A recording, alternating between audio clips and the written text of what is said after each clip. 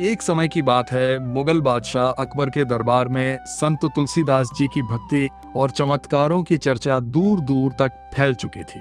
उनकी ख्याति सुनकर अकबर ने उन्हें अपने दरबार में बुलवाया। दरबार में पहुंचने पर अकबर ने गंभीर स्वर में उनसे कहा कि यदि उनकी भक्ति सच्ची है तो वे कोई चमत्कार करके दिखाएं। तुलसीदास जी ने अत्यंत विनम्रता से उत्तर दिया कि वे कोई चमत्कार नहीं करते, जो कुछ भी होता है वह केवल प्रभु श्री राम की कृपा से होता है।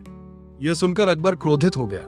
उसे लगा कि तुलसीदास उसकी बात को टाल रहे हैं। गुस्से में आकर उसने उन्हें कारागार में डालने का आदेश दे दिया। अंधेरी और शांत जेल में बैठकर तुलसीदास जी ने आंखें बंद कर ली। उनके हृदय में केवल प्रभु श्री राम और पवन पुत्र हनुमान का स्मरण था। उन्होंने गहरी भक्ति और श्रद्धा के साथ हनुमान जी की स्तुति करना शुरू किया।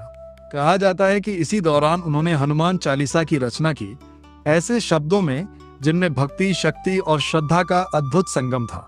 जैसे ही उनकी रचना पूरी हुई, अचानक पूरे राज्य में अजीब घटनाएं होने लगी। हजारों बंदरों ने महल और शहर में प्रवेश कर लिया। वे हर जगह उत्पात मचाने लगे। महल के अंदर अफरा तफरी फैल गई। सैनिक घबरा गए और कोई भी उन्हें रोक नहीं पा रहा था। अकबर यह सब देखकर हैरान और भयभीत हो गया।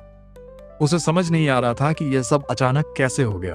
तभी उसके मंत्रियों ने उसे बताया कि यह कोई साधारण घटना नहीं है, बल्कि यह संत तुलसीदास की भक्ति और हनुमान जी की कृपा का परिणाम हो सकता है। यह सुनकर अकबर को अपनी गलती का एहसास हुआ। उसने तुरंत आदेश दिया कि तुलसीदास जी को रिहा किया जाए।